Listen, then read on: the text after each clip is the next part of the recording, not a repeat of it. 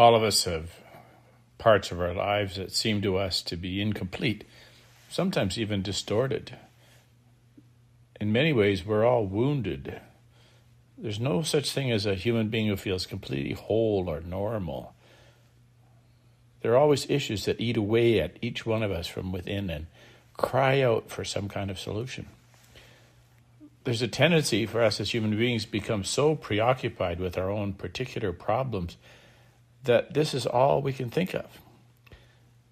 We believe that if this or that particular issue was fixed, then somehow we would be whole or complete. Our culture pushes us to believe that our physical well-being is everything. We seek this well-being constantly and often sadly overlook other dimensions of human wholeness. Jesus tells a story about lepers who come to him to be healed of their illness.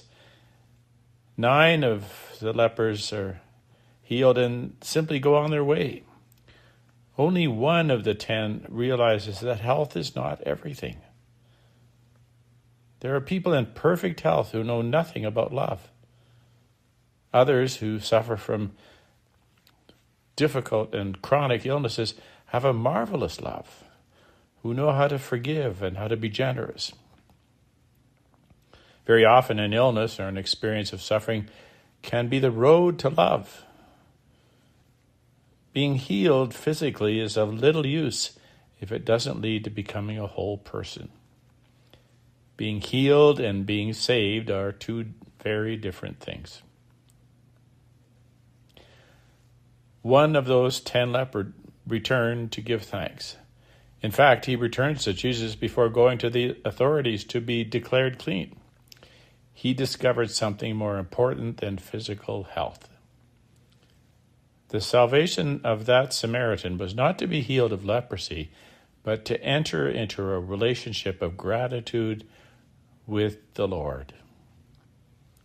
He now knows what really matters. He has encountered God. In the same way, the graces we receive, if they don't lead to a more authentic relationship with God and other people, then they're wasted, no matter how miraculous or spectacular they may be. Arriving at the true depths of our existence is more important than being in good health or having all of our problems solved. So what does that look like?